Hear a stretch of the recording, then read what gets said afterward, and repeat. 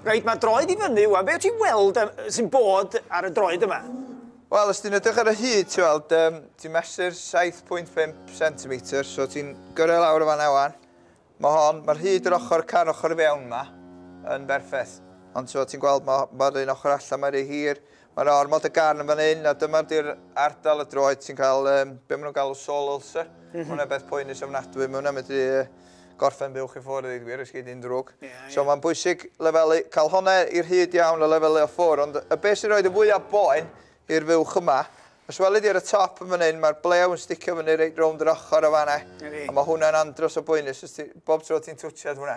Mae'n debyg i'r un teulu a sgold mewn, welys ti oen efo sgold rhwng I, mae'r un math o beth ar y croen a hynna, mae'n andros o bwynus. A mae'n dwtch bach o dermatitis hyd yn oed ar y groth yna sydd yn andros o bwynus. A be ni di I drin hwnnw ta?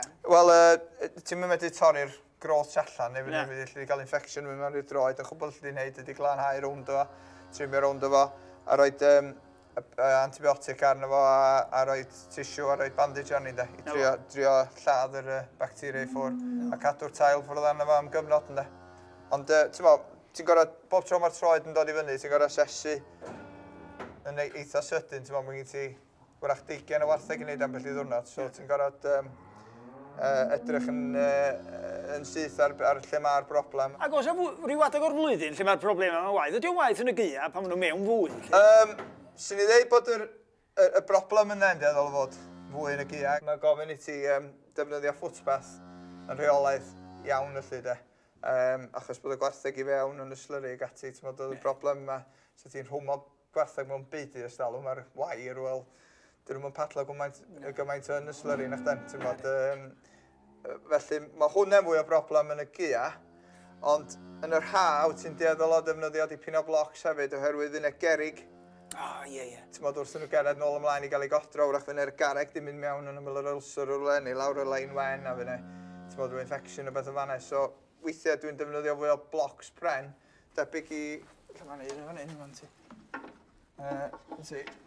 Un hein, ti'n fel, be fysa ti'n neud fo hon, fysa ti'n glido fo, cael honnau fflat a glido fo anodd I fan eto, I mwyn codi'r broblem ffwrdd yn ddear. Be ond yn angen un, chos does em poen o fan hyn, mae o fwy o broblem ar y croen. So mae rhaid I asesu. Na, ddim, ond mae hein yn medru arbed buwch.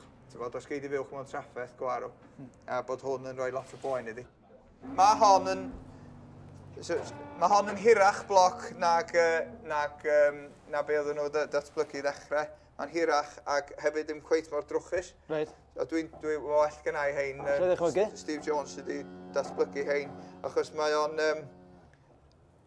chi lai o broblem, os ydych chi bloc tew, mae'n beryg I ti dros gyfnod amser, os dy'r hir yn cael ei wisgo ffwr, bydd yna ulcer wrach yn datblygu o dan y bloc. So mae ti lai o broblem efo hynna, efo hein, a hefyd, am bod o'n hirach, mae'n rhaid gwell, mae'n fwy cyfforddus i'r fuwch, mae'n rhaid fwy o support ag at y cefn o'n hyn.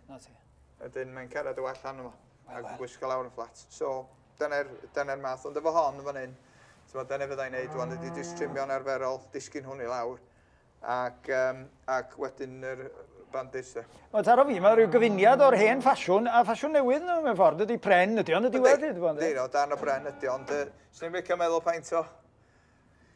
Ti'n cael cant o ein, ti'n bod mewn bocs, a dyn nhw'n para nir. Ti'n bod ambell I ddwrnod fydden i'w sio 8 neu 10 neu beth felly mewn un diwrnod yn de, so felly fentro di cant yn para nir de, a bandages a hyn a llall, so dwi'n siŵr iawn paint o ganoedd o'n nhw dwi'n defnyddio mewn blwyddyn lle.